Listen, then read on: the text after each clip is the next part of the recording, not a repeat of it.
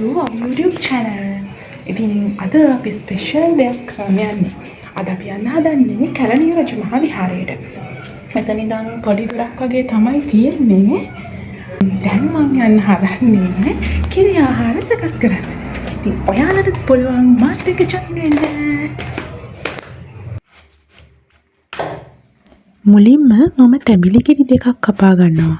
මොකද අපිට තැඹිලි වතුර ඕන වෙනවා හාල් පෙඟෙන්න තියන්න සහ dates plums ටික පෙඟෙන්න තියන්න.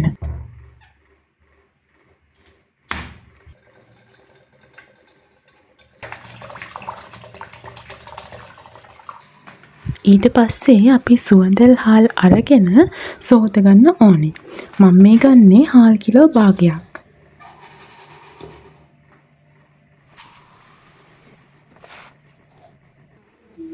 හොදගත්ත හාල් ටික තැඹිලි වතුරෙන් පෙඟෙන්න තියන්න ඕනේ පැයක් විතර. ඒක පෙඟෙනකන් අපිට පුළුවන් හොදලා ගත්ත කජු ටිකක් තැඹිලි වතුරෙන් පෙඟෙන්න තියන්න. ඊටර තැඹිලි වතුර ටික මේ විදිහට පෙරලා අරගෙන ඒකට plums ග්‍රෑම් 25ක් වගේ තමයි මම මෙතන ගන්නේ. සහ ඇට සහ නැටි ඉවත් කරගත්ත dates ගන්න ඕනේ ග්‍රෑම් 50ක් විතර. මොකද හාල් කිලෝ භාගයයිනේ මම ගන්නෙ. මට කියන්න අමතකුණා.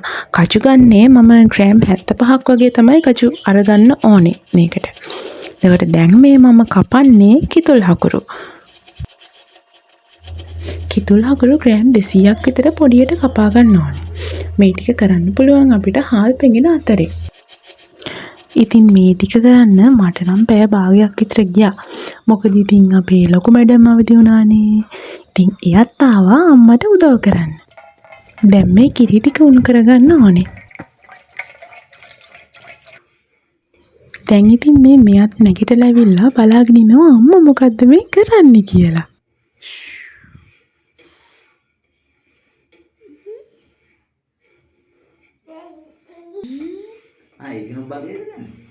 ඉතින් අපි දෙන්න එයාවත් එකතු කරගත්තා කිරිපිඬු හදන්න. මෙන්න මෙහෙම තමයි අපේ ලිලිය පැටියා වැඩේට හෙල්ප් කරේ. එයාව මං උදව් කරගත්තේ නොතේරෙන කාලේ ඉඳන්ම එයාටත් තින් කරන්න පුරුදු කරන්න ඕනේ නිසා. ඒත් ඉතින් වැඩි වෙලාවක් යාව මෙතන තියාගත්තේ නෑ. මොකද ටික වෙලාවක් ඉන්නකොට යාට දේවල් අදින්න පයින් ගන්න හිතෙනවනේ. ඊට පස්සේ මේ කිරි එක නටාගෙන එනකොට බටර් ලුණු එකතු කරගන්න ඕනේ. මේකට බටර් ග්‍රෑම් 50ක් තමයි මම එකතු කරගන්නේ. මේ ලුණු තේ හැඳි 2මාරක් වගේ තමයි එකතු කරගන්න ඕනේ.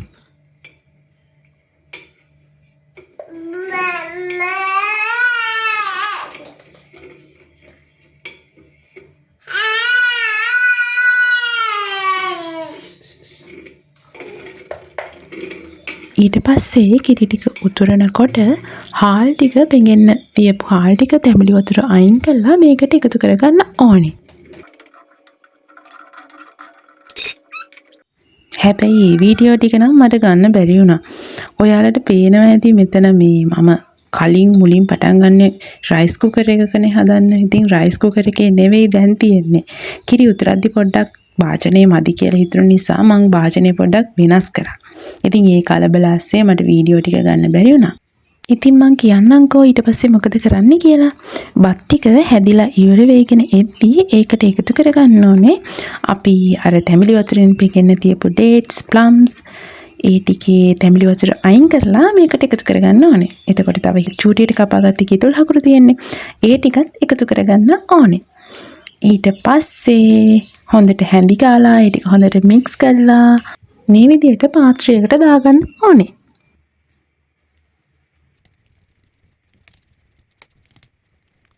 මේ හකුරු plums dates එකතු කරන්නේ ලිපේ ගින්දර චොට්ටක් අඩු කරලා. ඊට පස්සේ අන්තිමට ඔයාලා කැමති විදිහකට මේක ඩෙකොරේට් කරගන්න පුළුවන්. ඉතින් මෙන්න මේ විදිහට තමයි අපි තුන් දෙනා කිරි ආහාර හැදුවේ. ඔයාලත් කිරි ආහාර හදද්දී අපි මේ හදන්නේ භාග්‍යවතුන් වහන්සේ වෙනුවෙන් කියලා හිතාගෙන සතුට සිතින්ම හදන්න. අපි දෙන්න ඉතින් ලෑස්ති වෙලා තාත් වෙනකන් බලාගෙන ඉන්නවන් යන්න. ඔන්න අපි දැන් යන්න හදන්නේ. අපි රෝස් මල ලැස්ති කරගත්තා. ඔන්න දැන් අපි යන්න හදන්නේ. ඉතින් අපි ගිහින් ඕලු මල්, සුදු නෙළු මල් හිම ගත්තා. ඔයාලා දන්නවනේ බුදුරජාණන් වහන්සේගේ පාපහසලදී පින්වීමක්නේ අපි මේ වන්දනා කරගන්න යන්නේ. ඉතින් අපි මේ කරන පින ඔයාලටත් අනුමෝදන් වෙන්න පුළුවන්.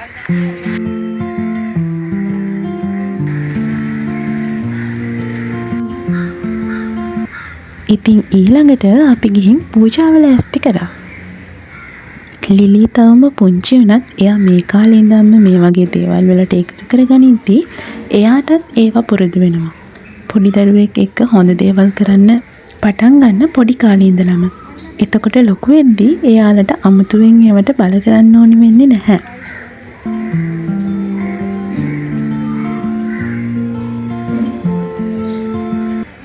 අපි පහන් පත්තු කරලා තමයි සෑයට ගියේ. සෑය වටේ 3 පාරක්ම නම් පැදකුණු කරන්න පුළුවන් වුණේ නැහැ.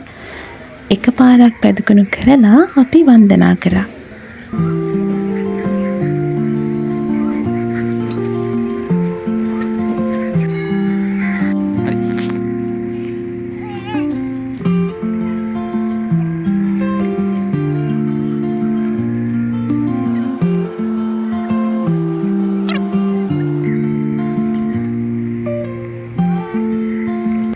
වන්දනා කරලා ඉවර වෙලා ලිලි එක්කන් ආව සෑය ළඟට.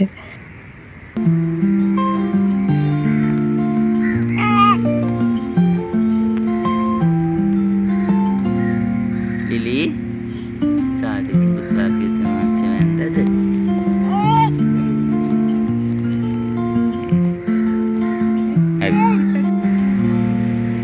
ලිලි බටු ඉතින් අපි ටික වෙලාවක් පන්සලේ ඉඳලා ගෙදර එන්න ආවා.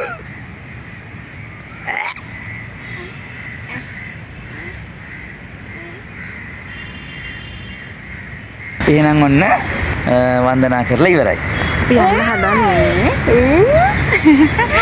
ඉතින් අද දවසේදී රැස් කරපු සියලුම පින් ඔයාලට අනුමෝදන් කරනවා. ඔයාලගේ දවසේ වැඩ කටයුතු සාර්ථක වෙන්න කියලා. බුදුරජාණන් වහන්සේගේ පාපහසලදී කැලණි පින්බිම ඔයාලත් දැකලා සතුටු වෙන්න. එහෙනම් අදට අපි යනවා. තවත් වීඩියෝ එකකින් හම්බ වෙමු. Thank you for watching.